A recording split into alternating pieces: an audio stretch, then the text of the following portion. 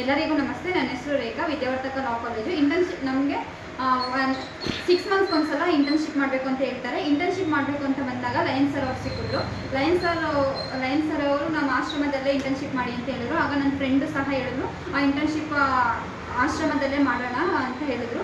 ಆ lion sir ಕಡೆಯಿಂದ permission ಕೊಟ್ಟಾಗ ನಾವು ರುದ್ರಾಶ್ರಮಕ್ಕೆ ಬಂದು ನೋಡಿದಾಗ 35 ಜನ ಆಶ್ರಮದಲ್ಲಿದ್ದರು. 35 ಜನದಲ್ಲೂ ಒಂದೊಂದು ರೀತಿಯ ಭಾವನೆಗಳಿತ್ತು. ಆ ಭಾವನೆಗಳನ್ನ ನಾವು ಕೇಳಿದಾಗ ಒಬ್ಬೊಬ್ಬರು ರೀತಿಯಲ್ಲೂ ಒಂದೊಂದು ರೀತಿಯಾದ ಭಾವನೆಗಳಿತ್ತು. ಅವ್ರ ಭಾವನೆಗಳನ್ನ ನಾವು ಕೇಳಿದಾಗ ನಮಗೂ ಸಹ ಸ್ವಲ್ಪ ತಿಳುವಳಿಕೆ ಎಲ್ಲ ಮೂಡ್ತು.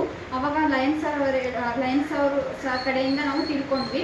ಅವ್ರಿಗೆ ಕರೆಕ್ಟಾಗಿ 6 ಗಂಟೆಗೆ ಕಾಫಿ ಬರುತ್ತೆ, ಮತ್ತು 8 ಗಂಟೆಗೆ ತಿಂಡಿ ಕೊಡ್ತಾರೆ, 1:15ಗೆ ಊಟ, ಅದೇ ರೀತಿ ಮಧ್ಯಾಹ್ನ 5:15ಗೆ ಕಾಫಿ ಮತ್ತೆ ಕೊಡ್ತಾರೆ, ಮತ್ತು 8 ಗಂಟೆಗೆ ಊಟ ಕೊಡ್ತಾರೆ.